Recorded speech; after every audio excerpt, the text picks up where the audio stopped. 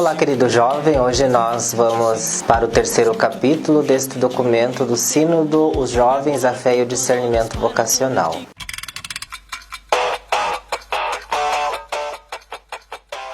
Terceira parte, naquela mesma hora voltaram. O terceiro capítulo fala da missão.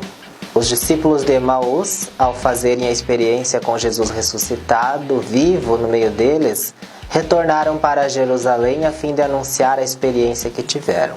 Qual é a missão da igreja para com os jovens? Não se trata de fazer algo por eles, mas de viver em comunhão com eles. O Sínodo fez esse processo de estar com os jovens, ouvi-los e considerar o que eles têm a dizer. A avaliação foi muito positiva deste modo de proceder, ao ponto de os bispos considerarem a sinodalidade como o modo natural que a igreja deve adotar para com as suas atividades. Agindo assim, valorizará a participação de todos os batizados e das pessoas de boa vontade.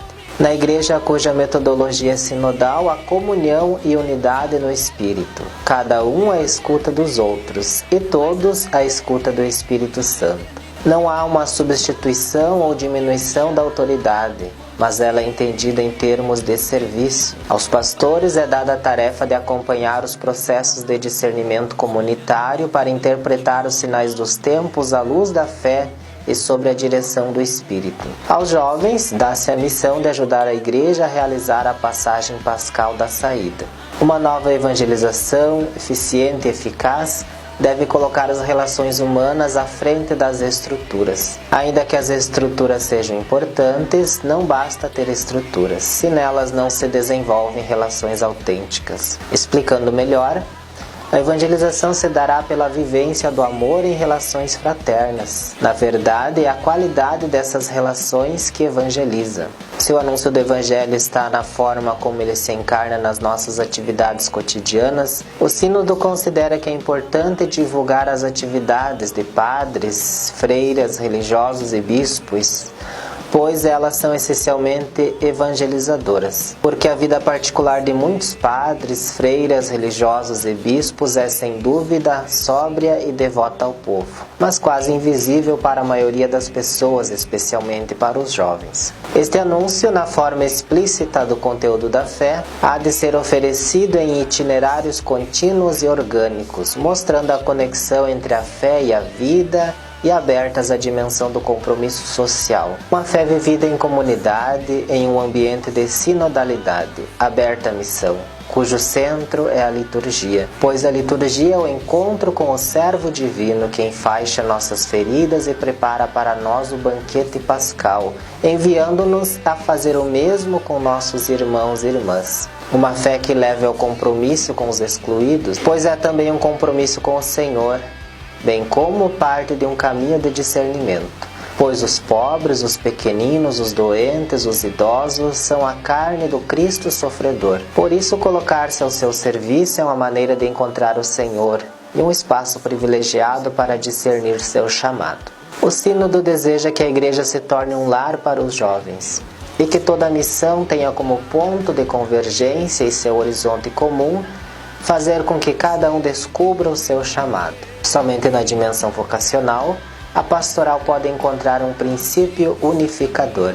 Vista deste modo, o propósito da pastoral é ajudar a cada um de nós, por meio de um caminho de discernimento, a alcançar a estatura de Cristo em toda a sua plenitude. Olhar para a ação pastoral na sua unidade e organicidade é também superar uma tendência atual à fragmentação. É um serviço aos jovens auxiliar-lhes a superar essa tendência. Em um mundo fragmentado que produz dispersão e multiplica aflições, os jovens precisam ser ajudados a unificar a vida, a ler profundamente as experiências diárias, discernindo. As novas exigências da evangelização repercutem no modo de proceder da Igreja. E ela vai apontando que a sinodalidade é o método com o qual a Igreja pode enfrentar velhos e novos desafios. O desafio do mundo digital requer o conhecimento de sua dinâmica. Os próximos passos são promover seu potencial comunicativo e até mesmo questionar os modos de transmitir a fé. Isso poderá ser feito estabelecendo órgãos apropriados para a cultura e evangelização digital. Tais órgãos terão, entre outros objetivos, combater a propagação de fake news e promover políticas e ferramentas para a proteção de menores na web. Faz parte da natureza da evangelização a defesa da vida e, por causa dessa missão, lutar contra a propagação da xenofobia, do racismo e da rejeição aos migrantes, e a luta contra o tráfico de seres humanos. A proposta de uma igreja sinodal faz questionar o lugar que a mulher tem na igreja.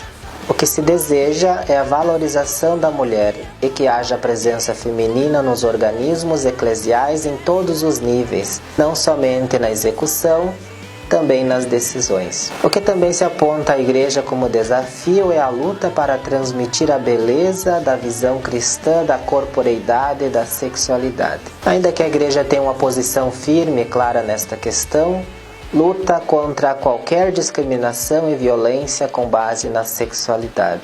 Os jovens esperam da igreja que esta se empenhe em promover uma vida social, econômica e política em nome da justiça, da solidariedade e da paz. E que este empenho seja respaldado por um exemplo.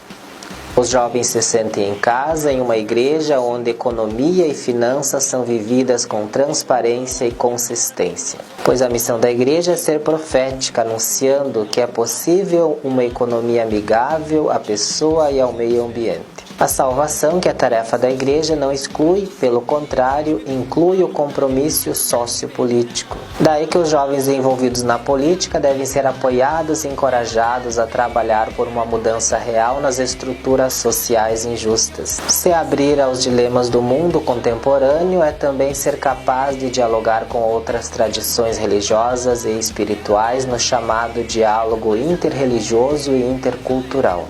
Formação integral dos jovens há de se considerar a complexidade dos fenômenos sociais e da experiência individual, pois cada vez mais se descobre que tudo está conectado. Uma formação capaz de fazer a fé dialogar com as questões do mundo contemporâneo. A formação é um tema fundamental.